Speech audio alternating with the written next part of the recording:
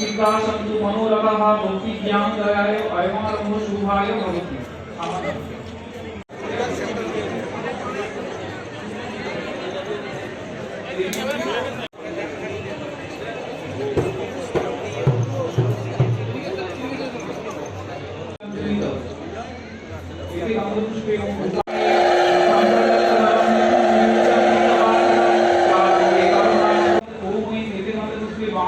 शिवाय नमः।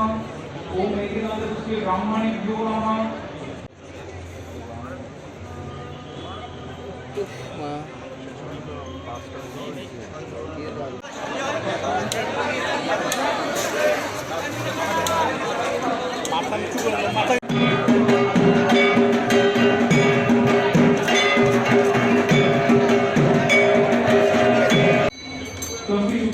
ओम सर्वस्य देवस्य विनितकस्य प्रबंधता मेरे सुवर्ण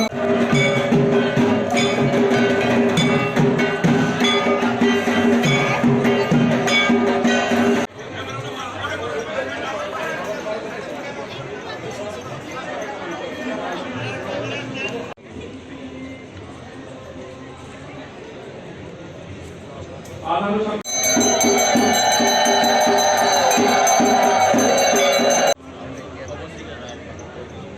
पूजा ओम ऐक्यनाथ श्री गुरवे नमः। ओम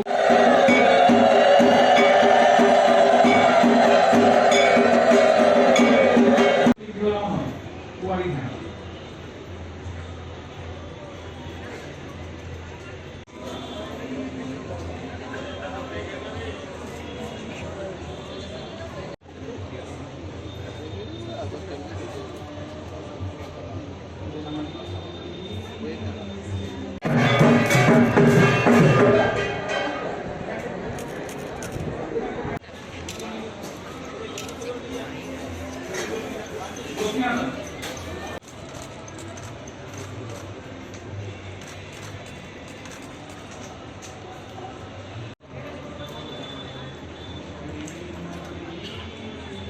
ओम नमो विवस्वते ब्रह्मन्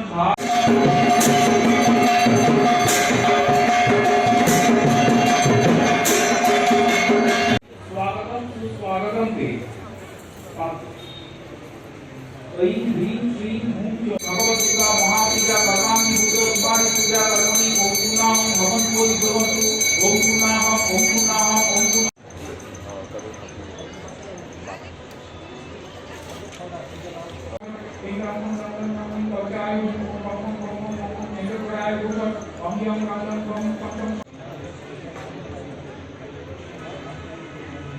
ओम गंगे जमुने चैव गोदावरी सरस्वती नर्मदे सिंधु कीलकाय नमः। ओम गंगं गंगं पुरुषाभ्यां नमः। जंसं गंगनि कदलीभ्यां स्वाहा। उत्तम्यां भवो उत्तम नाम परब्रह्म उत्तरायः श्री सर्वात्मनि देव्याः श्री दुर्गात्मिका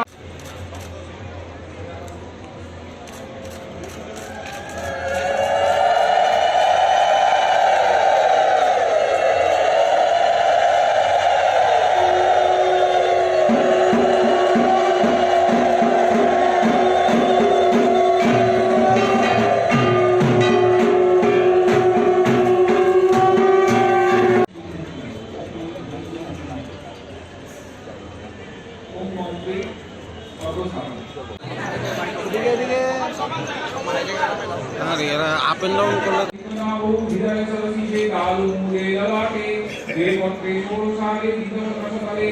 আজকে শারদীয়া দুর্গা উৎসবের মহা অষ্টমীর পুণ্যলগ্নে আমি সকলকে আন্তরিকভাবে অভিনন্দন এবং শুভেচ্ছা জানাচ্ছি। মায়ের কাছে প্রার্থনা করছি যে আমরা ত্রিপুরাবাসী সকলে মিলে সুখ সমৃদ্ধিতে আমরা যাতে মায়ের কাছে এটাই প্রার্থনা করি, সুখ সমৃদ্ধি ফিরে আসে, আমরা সবাই শান্তিপূর্ণভাবে আমরা বসবাস করি।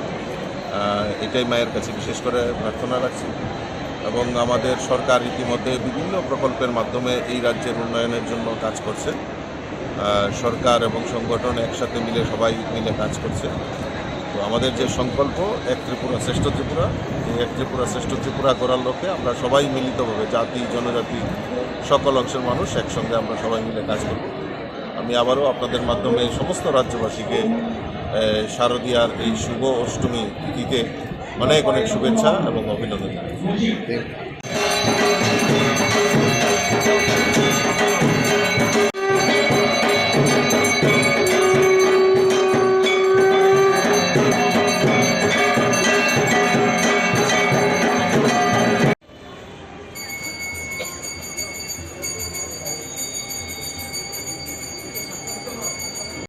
सचंदन पत्र पुष्पांजलि कुब्जिका कुमारजलि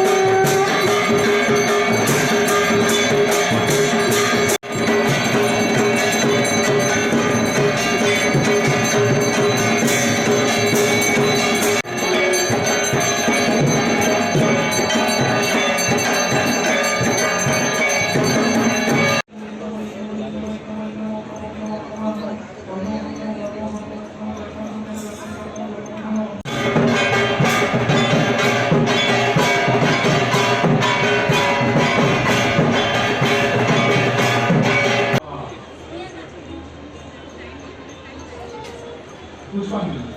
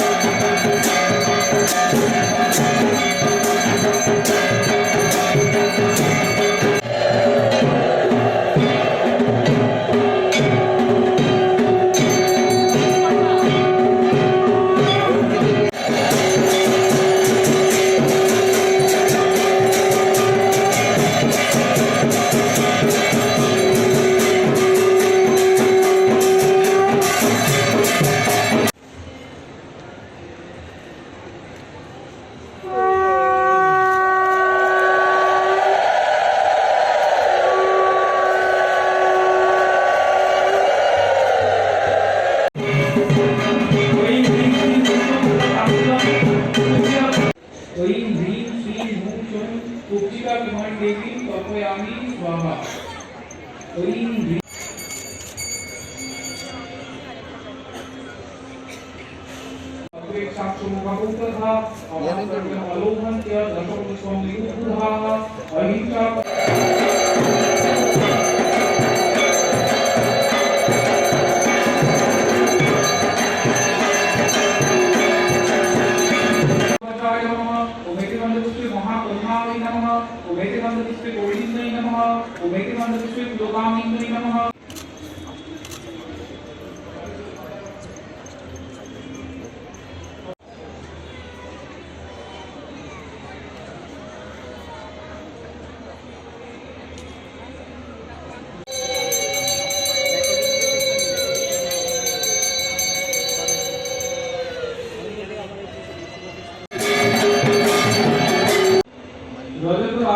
वस्त्रान्वितां हिरण्यपूर्णभूषणां भुवन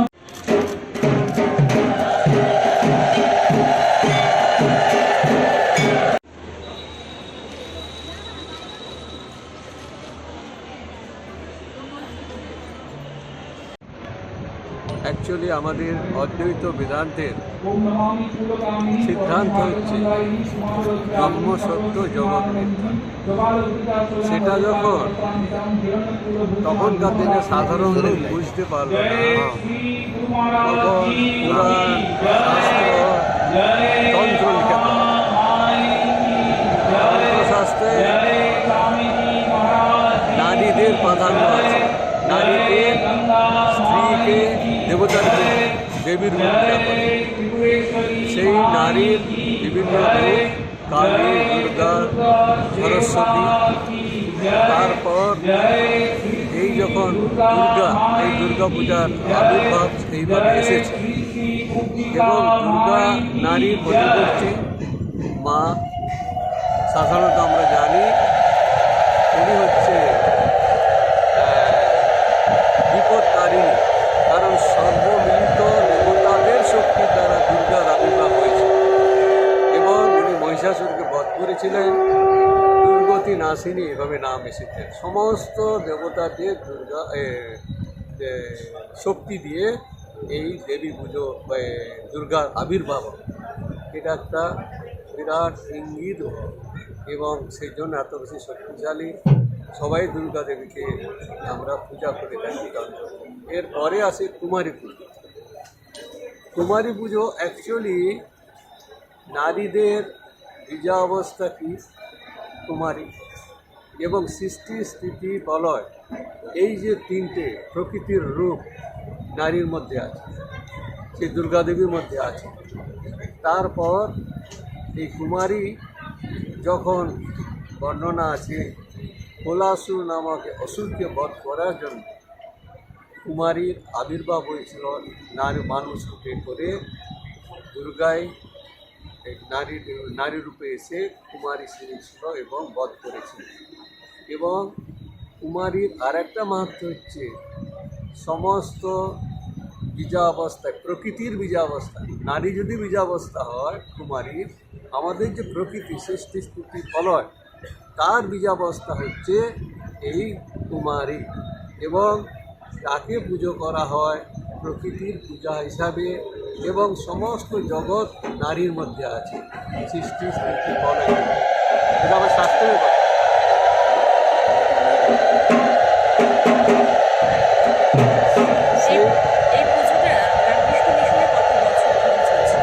রামকৃষ্ণ মিশনের বেলুর মঠে যখন পুজো শুরু হয় স্বামীজির সময়, প্রায় 30-40 বছর আগে, আমাদের যেহেতু এটা ব্রাঞ্চ সেন্টার, সব ব্রাঞ্চ সেন্টারে দুর্গা পূজা হয়, মানে কুমারী পূজা হয়। আর কুমারী পূজার আর একটা মাহাত্ম্য হচ্ছে রামকৃষ্ণদেব নিজে